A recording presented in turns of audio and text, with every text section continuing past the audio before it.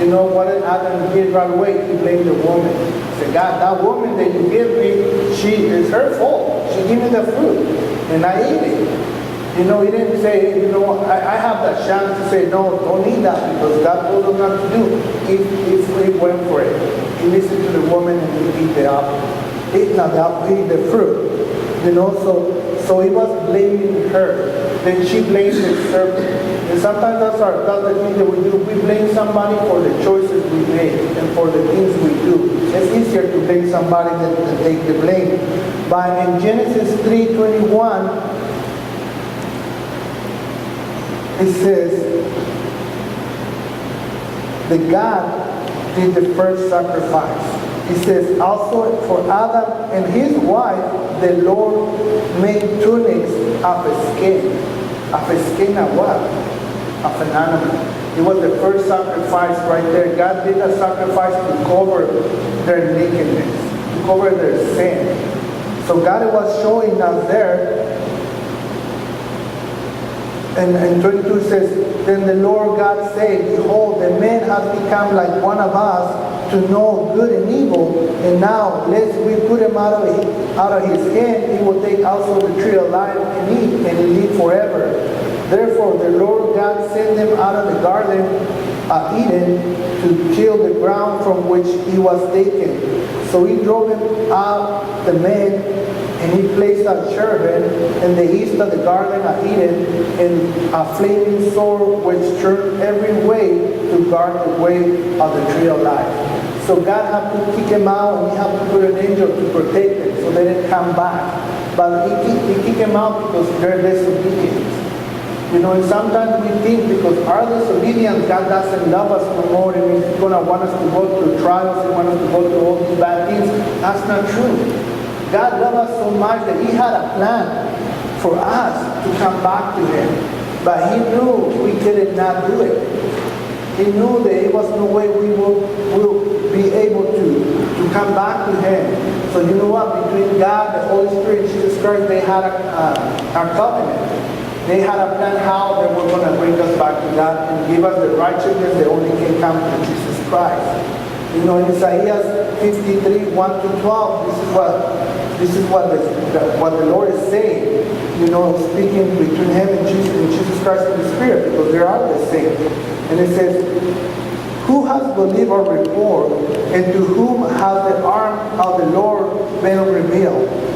For he shall grow before him as a tender plant, and as a root out of the dry ground. He has no form of comeliness, and when we see him, there is no beauty that we should desire him. He's talking about Jesus Christ. And he said, he is despised and rejected by men, a man of sorrows and acquainted with grief. And we did as it were hide our faces from him. He was despised, and we did not esteem him. Surely he has borne our griefs and carried our sorrows. Yeah, we esteem him stricken, smitten by God, and afflicted. But he was wounded for our transgressions, he was bruised for our iniquities. The chastisement for our peace was upon him, and by his stripes we were healed. And we like sheep have gone astray, we have turned every one to his own way, and the Lord has laid on him the iniquity of all of us. So that was a prophecy before Christ came he was born. He was saying that Christ was going to go through all these things so we can receive peace. He was going to take our afflictions. He was going to take our sins. He was going to take our iniquity. You know, so he was telling us that all these things have to pass for us to be able to come to God. For us to be able to receive everything that God has for us, it was only one way. Even John the Baptist said, you know, the Lamb of God will take away the sins of the world. He was speaking about Jesus Christ because he was already prophesied that he was going to come to be the pure sacrifice that we needed to be able to come back to God. And it says, 8. He was taken from prison and from judgment, and who will declare his generation? For he was cut out from the land of the living.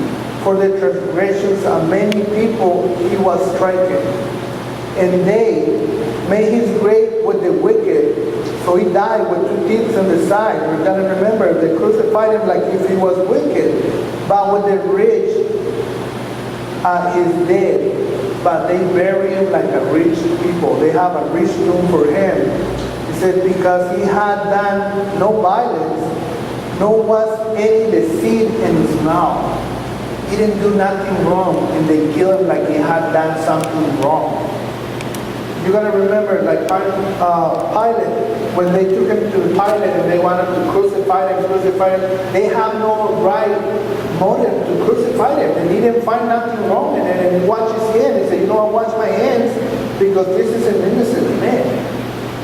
Even Judas, after he sold him and he tried to put Jesus Christ to rebel against Rome and become the king, so he can be one of the followers and be in a high place, and he knew that was not God's plan, he tried to went back and say, hey, here's the money that you give me to sell out Christ.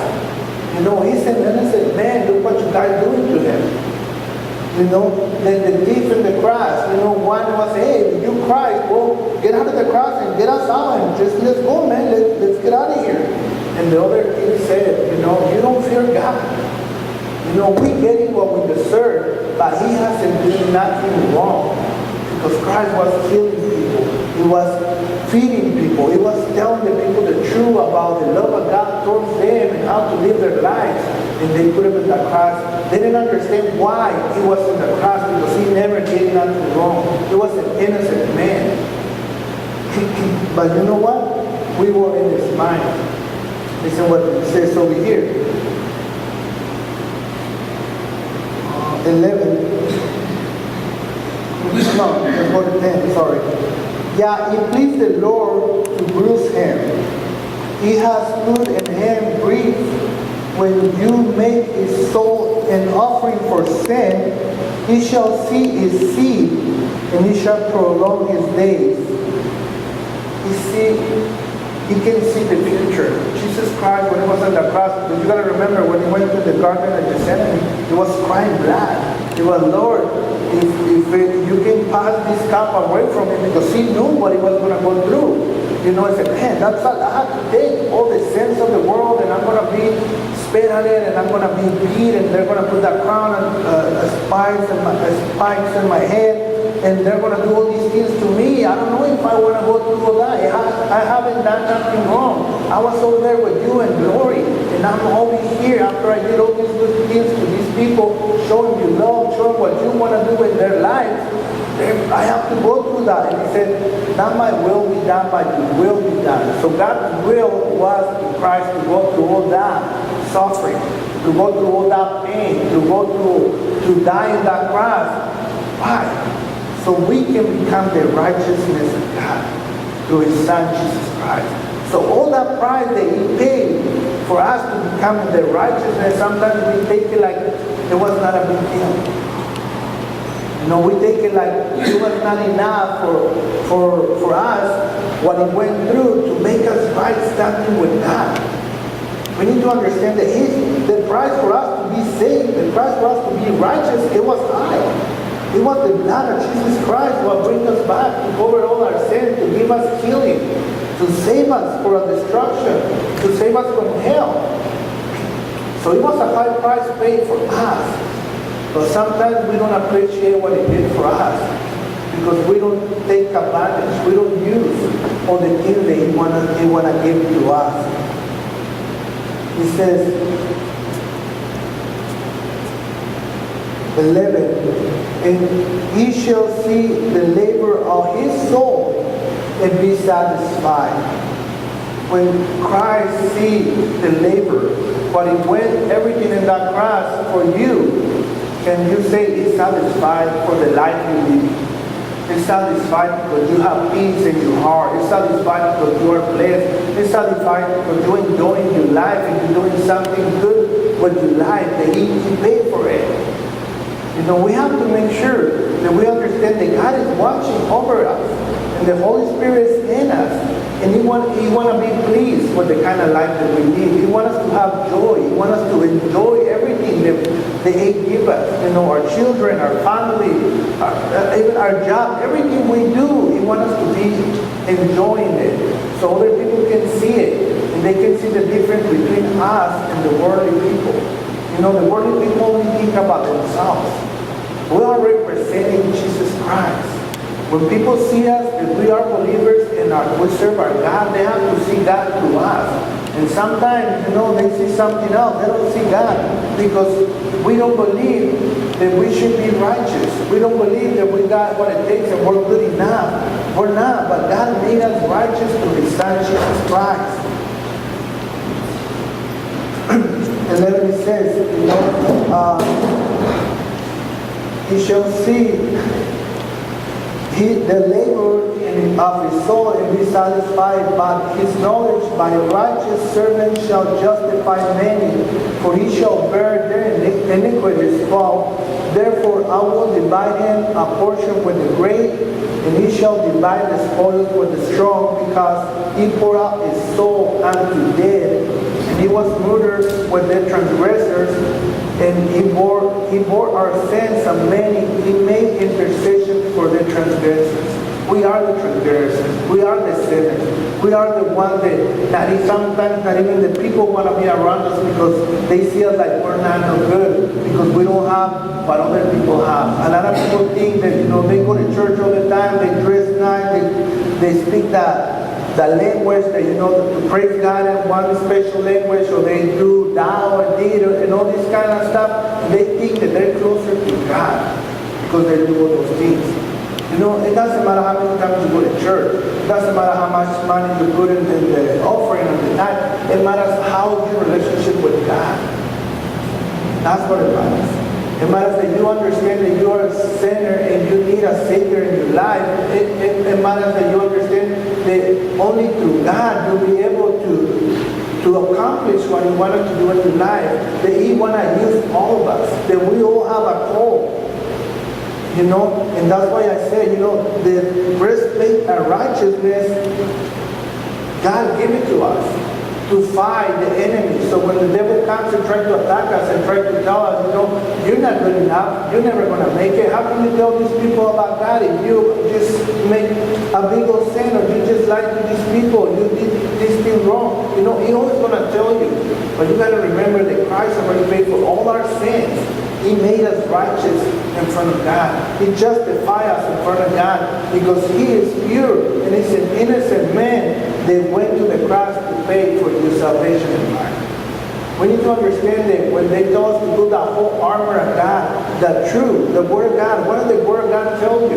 He tells you that you are the apple of His eyes. He tells you that you are righteous, that you are His sons and you are His daughters, that you are His perfect creation, that you are created in His image, and that you have a call in your life that He want to use you. It can be to go to Mexico and preach the good news. It can be just to here to be the life for somebody else that don't have no hope. And they think that disease or that job or that family is going to take them down and they're never going to be happy. That you can tell them that it doesn't matter how their life is all messed up, if they get to the knowledge of the truth and understand that God can give them a better life. And when things come to your life and you don't know what to do, that you have a Father, you have an intercessor for you, that you can come to and ask Him to help you in that situation, and He can give you peace. When everything is going crazy, that you can have peace, that God will be with you, that God will never leave you or forsake you. You know, the more you read His promise, the more you read His word, the more you believe, you start walking at it. When you don't have no money to pay the bills, you say, God, I know that you will provide enough money for me to pay the bills. When you don't got no food in the refrigerator, or when you're going through a problem with your boyfriend, your husband, your wife, or somebody else, then you can come and say, God, I messed up.